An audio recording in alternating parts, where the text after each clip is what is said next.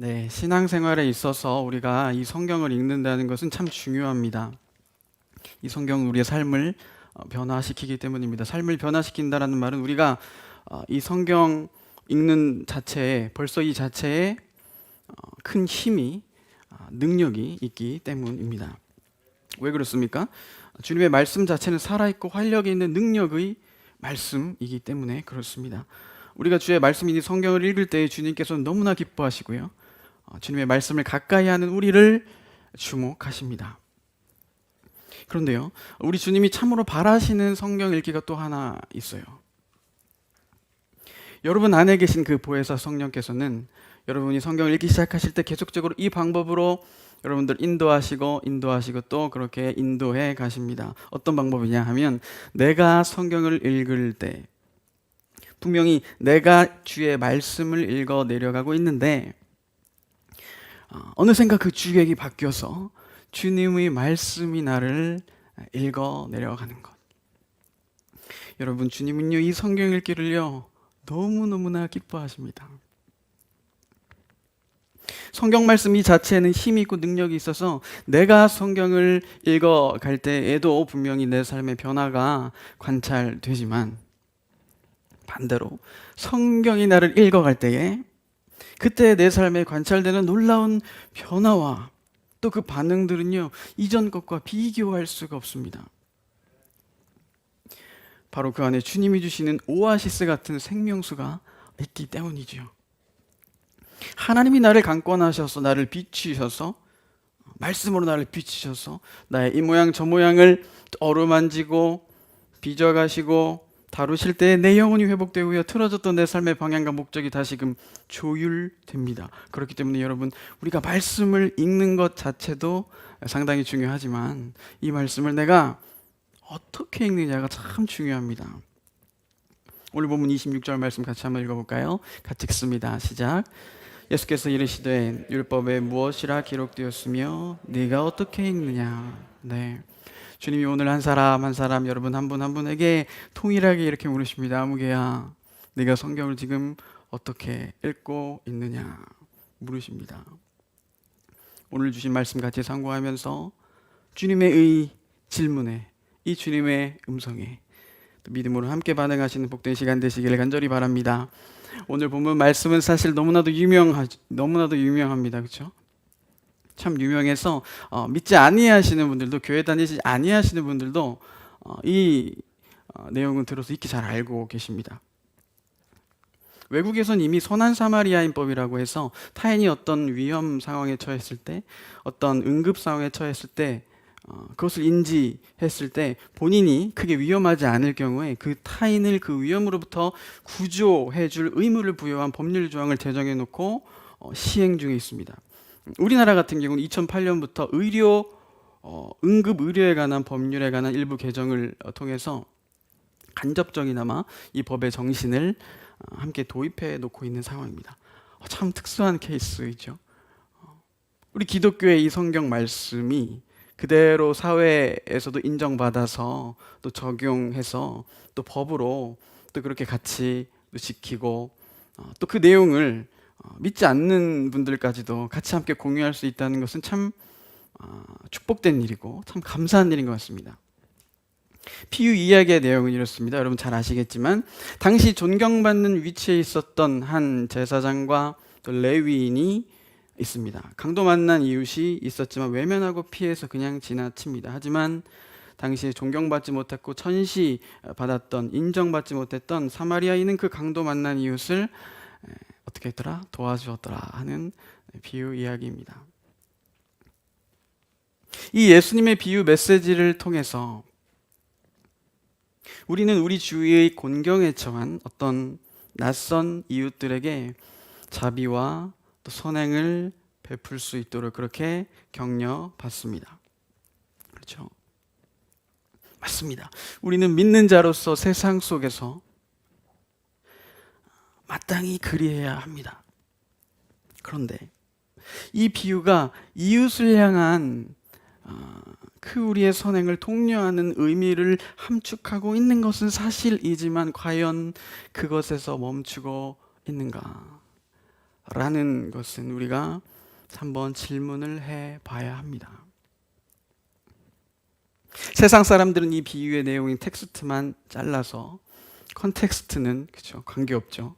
그들이 알 바가 없죠. 컨텍스트와는 관계없이 이것을 읽고 그렇게 적용할 수 있겠지만 주님이 우리에게는 무엇을 주셨습니까? 성경 전체를 주셨잖아요.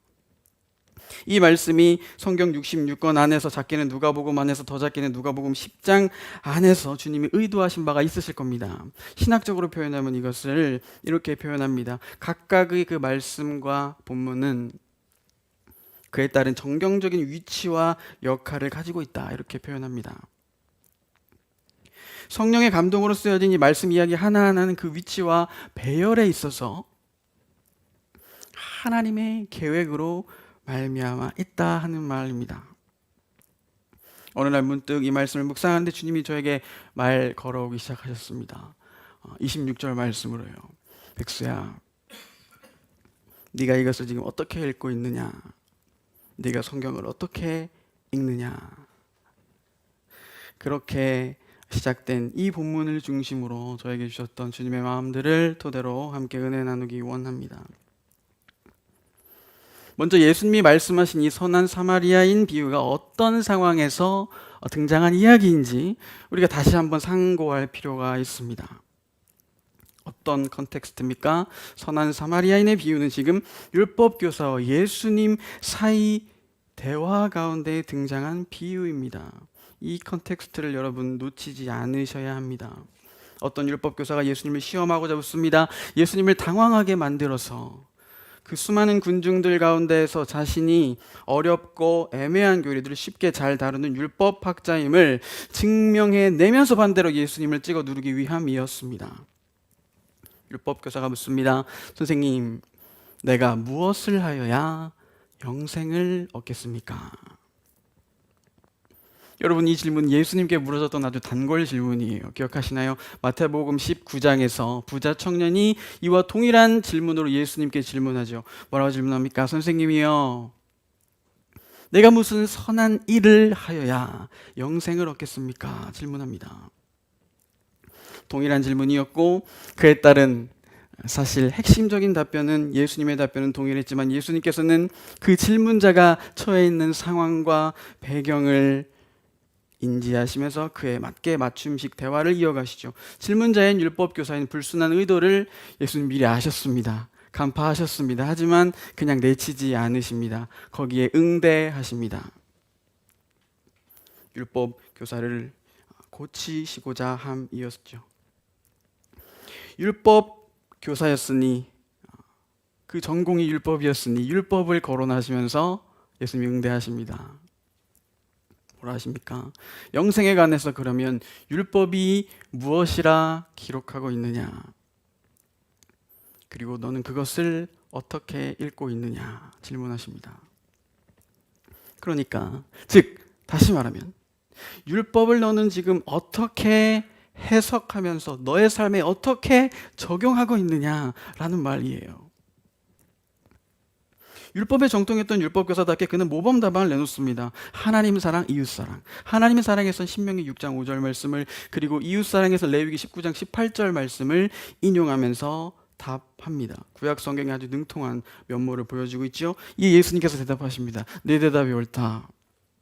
그러면 그거 해라. 그러면 너가 살겠다. 말씀하셨죠. 여러분, 예수님의 이 대답 속에서의 행간의 의미는 이러합니다. 대답 좋아. 그런데 너의 식대로라면 너 지금 그거 행하고 있니?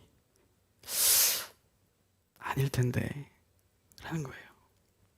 여기에 질서라 율법교사가 맞받아칩니다. 우리 29절 말씀 같이 한번 읽어볼까요? 같이 읽습니다. 시작.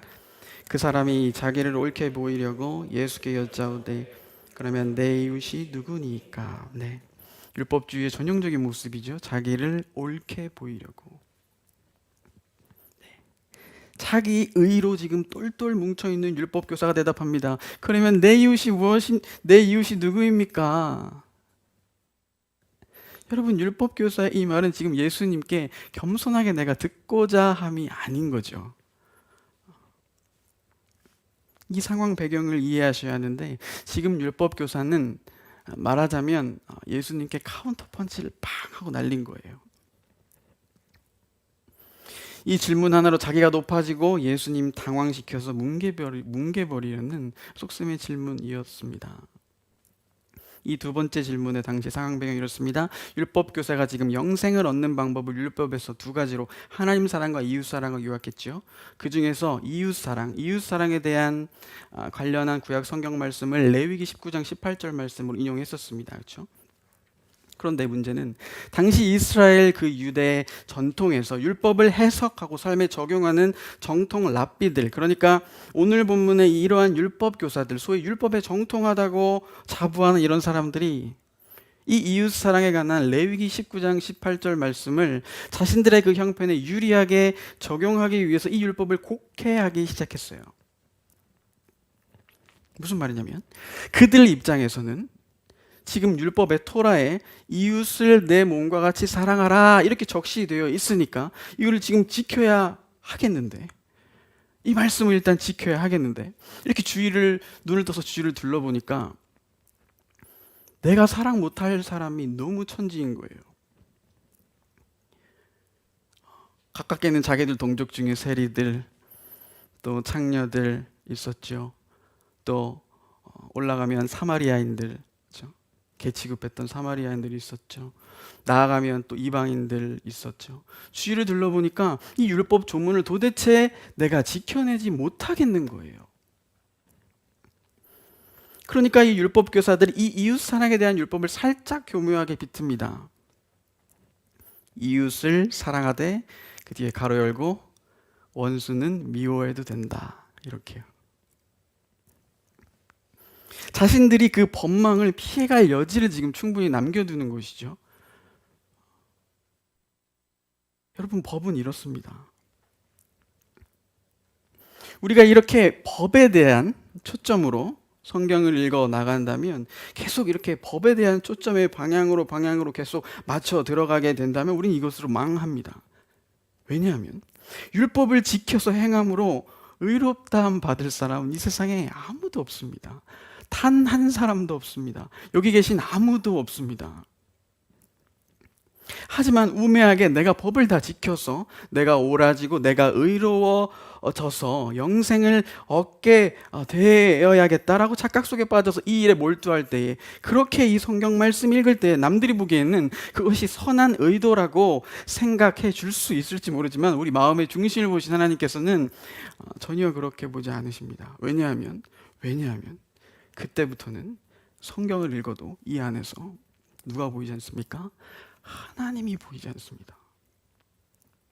성경을 읽어도 하나님이 보이지 않습니다.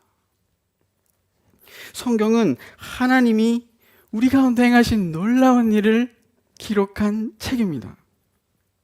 1차적으로 우리의 의무, 우리의 행동의 의무를 적어 놓은 책이 아니기 때문이에요. 성경의 주인공이신 하나님이 보이지 않는 성경 읽기, 여러분, 이것을 우리는 율법주의라고 합니다. 예수님이 당시 이러한 이웃사랑 율법에 대한 율법 교사들의 잘못된 해석을 이미 들어서 익히 아셨어요. 익히 아셔서 그래서 마태복음 5장 산상수훈에 보시면 이에 대한 예수님의 입장을, 해석을 친히 적어 놓으셨습니다. 마태복음 5장 43절 말씀입니다. 내 이웃을 사랑하고 내 원수를 미워하라 하였다는 것을 너희가 들었으나, 제가 지금 저기에 괄호를 쳐놨습니다. 내 원수를 미워하라. 이건요, 율법에 없는 얘기예요. 지금 성경에 눈 씻고 찾아봐도 이 내 원수를 미워하라고 주님 말씀한 적이 없으세요. 그런데 누가 여기다 이렇게 썼습니까? 율법 교사들이 자신들의 그 불완전한 이웃사랑의 범위를 합리화시키기 위해서 교묘하게 그걸 비틀어 놓은 거예요. 그걸 교묘하게 해석해 놓은 거예요. 자기 합리화를 시킨 거죠. 여러분, 법은 이렇습니다. 자신의 상황에 맞게 이렇게 조금씩 개정해 갈 수밖에 없는 거예요. 율법을 내가 지키겠다고 마음 먹으면 그게 안 되니까. 그런데 예수님 뭐라 하십니까? 이웃사랑에 대해서 44절 말씀, 우리 같이 한번 읽어볼까요? 같이 읽습니다. 시작. 나는 너에게 이르노니 너희 원수를 사랑하며 너희를 박해하는 자를 위하여 기도하라. 아멘. 네. 여러분, 이것이 바로 이웃 사랑을 향한 하나님의 스케일입니다. 성경 말씀 지으신 저자직강의 해석이세요. 그런데 율법 교사들은 지금 자신들의 상황에 맞게 율법을 오용해서 너희들 입맛에 맞는 사람만 이웃으로 규정하면서 선대하고 이웃에 맞지 않는 사람들은 원수라는 폴더를 따로 만들어서 거기에 드래그해서 거기다가 이제 드롭을 시켜 놓겠다는 것이죠. 하지만 아니라는 거예요. 너희들 입맛에 맞지 않는 사람들 모조리 원수로 규정해서 그들을 미워하고 판단하고 정죄하면서 내치는 것은 어리석다. 그것은 내가 너희들에게 이 이웃사랑에 대한 율법을 준 목적과 방향과 진심이 아니다 하십니다. 그럼 여러분, 오늘 본문으로 한번 다시 돌아봅시다. 예수님이 오늘 본문의 율법 교사에게 원하고 계신 핵심의 본질은 과연 무엇이었을까요? 너 지금 이웃사랑 잘못 생각하고 있으니까 그거 다시 바로잡아서, 개념 다시 바로잡아서 이웃의 개념을 넓혀 사랑해라. 의 의도도 분명히 있겠죠. 분명히 있습니다. 분명히 있는데 지금 과연 예수님이 정말 말씀하시고자 하는 그 핵심의 본질이 과연 그걸까? 라는 건 우리가 한번 질문을 던져봐야 된다는 거죠. 마태복음 19장 그 부자 청년, 예수님께 동일하게 그렇게 질문했던 그 마태복음 19장의 부자 청년에게 예수님이 정말 원하셨던 핵심의 본질이 너 지금 소유한 건 너무 많아. 그러니까 넌 진짜 다 팔고 와. 가 목적이었을까?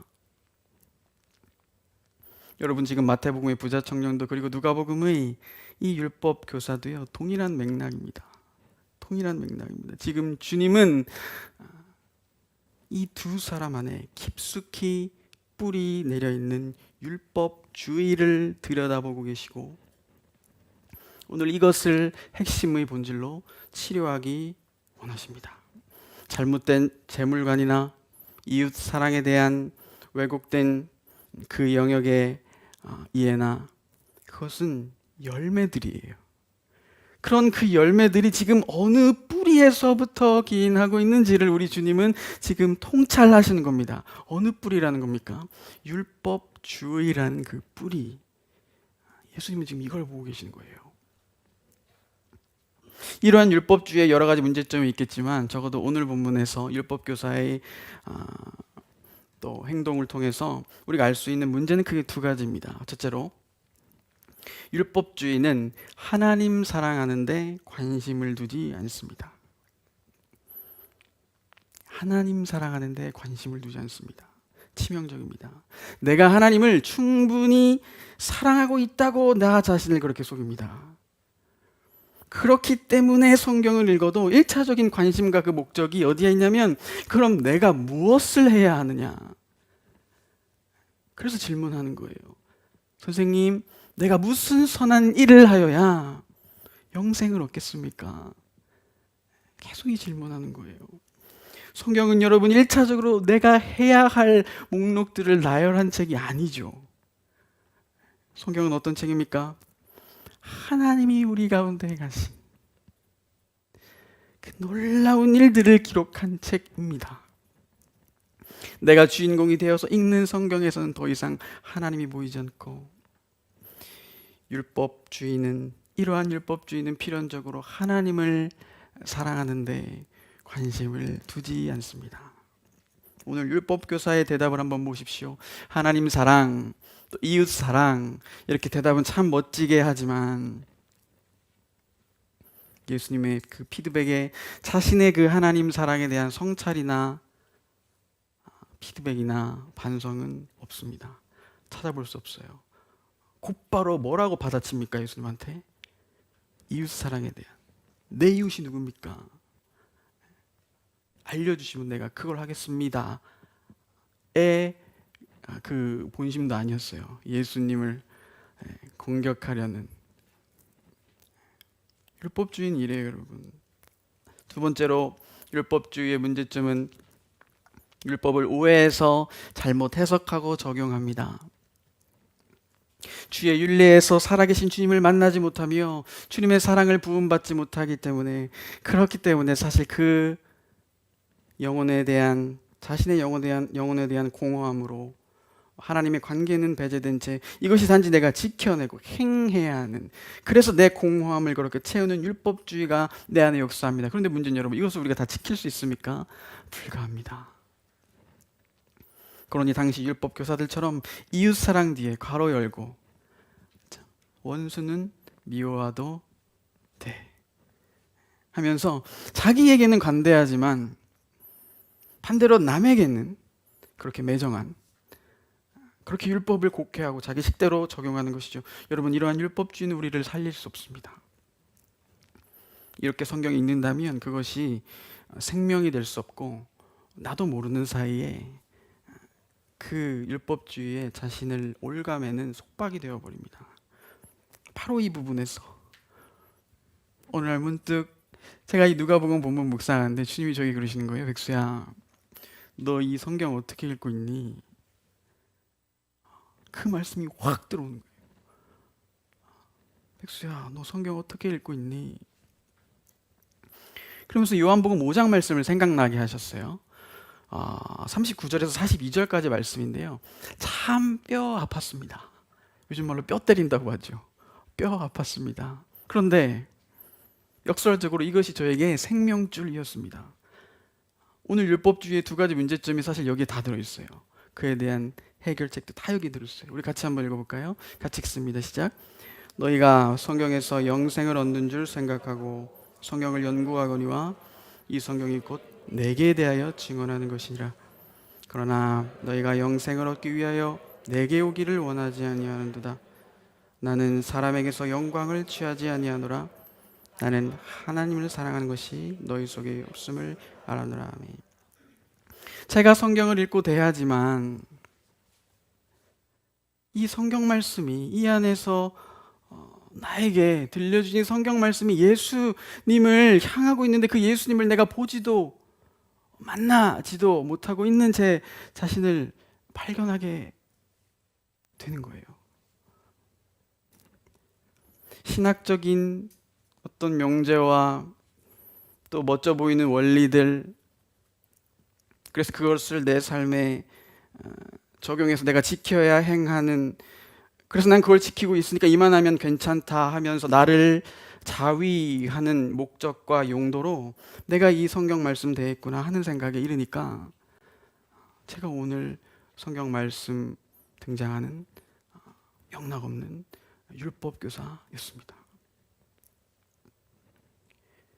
내가 주체가 되어서 읽었던 성경, 그러니 그 속에서 주님이 보이지 않았습니다. 오늘 보면 바로 이전에 23절에 보시면 예수님 이런 말씀하십니다. 너희가 보는 것을 보는 눈은 복이 있도다. 너희가 보는 것을 보는 눈은 복이 있도다. 지금 이 말씀이 다 연결되고 있는 거예요. 오늘 본문 이후에 보면 여러분 마르다와 마리아 본문 나옵니다. 잘 아시죠?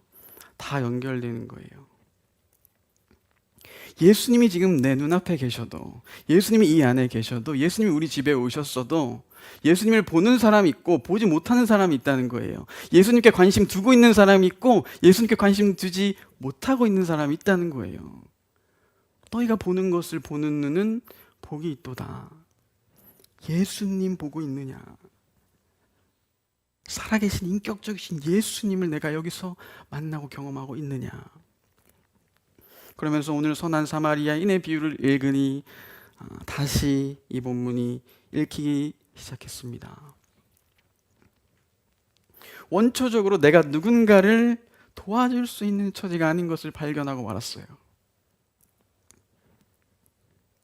죄라는 녀석이 율법을 미끼 삼아서 율법주의로 올가매어서 마치 예루살렘에서 여리고로 가다가 강도 만나 거반 죽게 되었던 그 비유의 사람이 바로 율법 교사인 저였습니다. 죽어가는 저의 곁을 한 제사장이 지나갑니다. 저를 보고 그냥 피하고 지나갑니다. 이어서 한 레위인이 저의 곁을 지나갑니다. 봤지만 모른 척하고 피해서 지나갑니다. 그때 주님이 저에게 들려주시는 주님의 음성, 육수야, 율법 주인은 너를 보고 피하여 지나가고 만다. 율법 주인은 너를 결코 살려낼 수 없다. 너를 도와줄 수 없다. 그렇습니다, 여러분.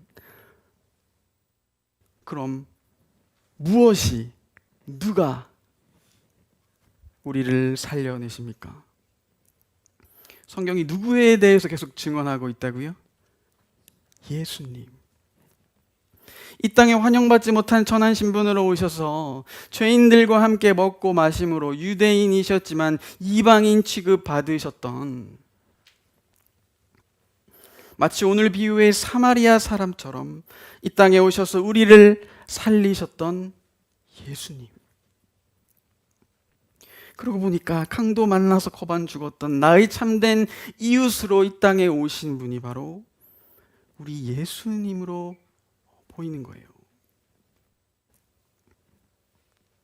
여러분, 오늘도 우리 주님은 당신께서 우리 가운데 행하신 이 놀라운 일들을 통해서 우리의 이 모양 저 모양을 또 어루만지시고, 또 오늘은 특별히 우리 안에 깊숙이 뿌리 내려 있는 이 율법주의를 치료하기를 원하세요. 자가진단의 방법과 치료책을 안내해 드립니다. 자가진단, 여러분 스스로에게 이렇게 한번 질문해 보세요. 나는 성경 속에서 살아계신 하나님이신 예수 그리스도를 내가 정말 충분히 만나고 발견하고 있는가? 그 안에서 내가 정말 참된 평안과 사랑을 내가 먼저 누리고 있는가? 만약 이 질문에 여러분들 예스라고 그렇게 답이 안 나오시고 불충분하시다면 여러분, 이러한 안내책을 드립니다. 치료책을 드립니다. 여러분, 성경 읽고 묵상하시기 전에 성령님의 임재를 먼저 꼭 간구하시기 바랍니다. 너무너무 중요합니다. 학창 시절부터 부모님께로부터 잔소리 여러 가지 들었는데요. 근데 그 중에서, 그 잔소리 중에 이것은 사람이 하는 말이 아니다. 그 어렸을 때인데도 이것은 결코 사람이 하는 말이 아니다 하면서 이것은 내 마음속에 주님의 음성으로 새겨진 잔소리 하나가 있습니다. 뭐였냐면, 아들아, 성경 읽기 전에 꼭 성령의 지혜를 간구해라. 아들아, 성경 읽기 전에 꼭 성령의 지혜를 간구해라. 그때는 이게 무슨 말인지 도대체 몰랐어요. 막 듣기 싫고 이래서 그만 얘기하라고. 근데 그게 아니었어요. 너무너무 중요한 진리였던 거예요. 여러분, 저도 사랑의 잔소리를 여러분께 드립니다. 여러분, 성경 읽기 전에 꼭 성령의 지혜를 간구하시기 바랍니다. 왜냐하면 보혜사 성령께서는 우리에게 모든 것을 가르치시고 생각나게 하시는 분이라 했습니다. 무엇보다 진리의 영이신 성령께서 하시는 일 중에 너무너무 중요한 사역은 뭐냐면 우리를 예수께로 인도하는 겁니다. 왜냐하면 그분은 예수 그리스도를 증언하는 분이시기 때문입니다. 요한복음 15장 26절 말씀 같이 한번 읽어볼까요? 시작. 내가 아버지께로부터 너희에게 보낼 보혜사 곧 아버지께로부터 나오시는 진리의 성령이 오실 때에 그가 나를 증언하실 거예요. 네, 여러분의 심령 가운데 성령이 임재하셔서 하나님의 영광의 광채가 비칠 때에 그때 우리가 이 성경 안에서 예수님 더 만날 수 있고 더 볼 수 있고 더 만질 수 있는 것입니다. 이것이 우리의 삶의 힘이고 이유이고 목적인 것입니다. 바로 그때에 부자 청년의 아킬레스건 무엇이었습니까? 재물관. 오늘 율법교사의 그 문제 무엇이었습니까? 이웃 사랑의 영역. 이것이 주의 사랑으로 다시 교정받고 온전히 참 사랑을 이제 비로소 행할 수 있게 됩니다. 어디가 치료되었기 때문일까요? 핵심의 본질은 그 뿌리, 율법주의가 치료되었기 때문입니다. 할렐루야. 내가 주체가 되어서 성경 읽지 않고 성령의 도우심 받아서 우리 예수님을 그 안에서 깊이 만나게 되고 그 주님이 나를 오늘 읽어가시니, 나를 이렇게 훑어가시니 이보다 더 좋을 수는 없는 거죠. 이전에 경험하지 못했던 삶의 변화들이 내 안에 목격됩니다. 여러분, 이것을 경험한다면 날로 이 기쁨을 빼앗기기 싫어집니다. 누구에게도 빼앗기기 싫어집니다. 살아계신 예수님도 만나고 싶어지는 것이죠. 오늘 말씀을 정리하겠습니다. 주님께서 이 시간 여러분들 한 분 한 분들에게 이렇게 물으십니다. 무게야, 네가 나의 말을 어떻게 읽느냐 물어보십니다. 성령의 인도하심 따라 그렇게 주의 말씀 대하시고 읽으시는 모든 광성의 식구들 다 되시기를 주님의 이름으로 축복합니다. 성령은 말씀 속에서 우리로 하여금 예수 그리스도께 더욱 눈뜨게 하십니다. 그 예수님이 살아계신 인격으로 오늘 나에게 다가오셔서 말씀하시고 어루만져 주심으로 우리 가운데 전인적인 치유와 회복이 일어납니다. 이것이 바로 성경이 나를 읽어내려 가는 것입니다. 날마다 강도 만나서 거반 죽게 된 우리를 율법주의는 살릴 수 없습니다. 그냥 보고 지나쳐 갈 뿐입니다. 하지만 선한 사마리아인으로 우리 가운데 이 땅에 오신 오직 예수 그리스도께서는 우리를 능히 살리실 수 있는 분이십니다. 이 생명 가운데 거하여 더 하나님 사랑 가운데 더 먼저 풍성해지시고, 그 사랑 어떤 사랑이죠? 원수 같은 나를 먼저 품으신 그 사랑, 그 너비와 높이 깊이 깨달아서 우리 곁에 허락하신 그 누군가를, 그가 설령 원수라 할지라도